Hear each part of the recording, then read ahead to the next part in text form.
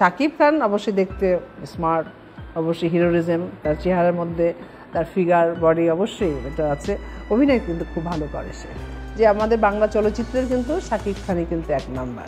শাকিব খানকে দেখতে রাজপুত্রের মতোই লেগেছে সুন্দর। মানে রাজকুমার রিলিজ হওয়ার পর থেকে আমি আসলে তার ভীষণ পরিমাণে ভক্ত, এবং আমি জানতাম যে তাণ্ডবে সে একদম জাস্ট এরকম করে উড়িয়ে দেবে। শাহরুখ খান ওখানকার জন্য কিং, শাকিব খান বাংলাদেশের জন্য কিং, যার কারণে শাকিব খানকে শাহরুখ খানের সাথে কম্পেয়ার করে কিং বলা হয়। দেখলেই ভালো লাগে, দেখলেই খালি দেখতে ইচ্ছা করে আমি পুরুষ হিসেবে। আর মেয়েদের কত ভালো লাগবে তো, আর অভিনয় ভালো করে, নাচে ভালো। মেগাস্টার শাকিব খান উনি আসলে ট্রেন্ডের সাথে ওনাকে এত সুন্দরভাবে চেঞ্জ করছে। Right now he is very handsome. So I think ওনার সাথে আমাকে স্ক্রিনে খুব ভালো লাগবে। আই থিঙ্ক ওনার সাথে শাকিব খানের সাথে আমাকে স্ক্রিনে ভালো লাগবে। বাট শাকিব খান প্রত্যেকটা মুভিতে নিজেকে ভাঙছেন।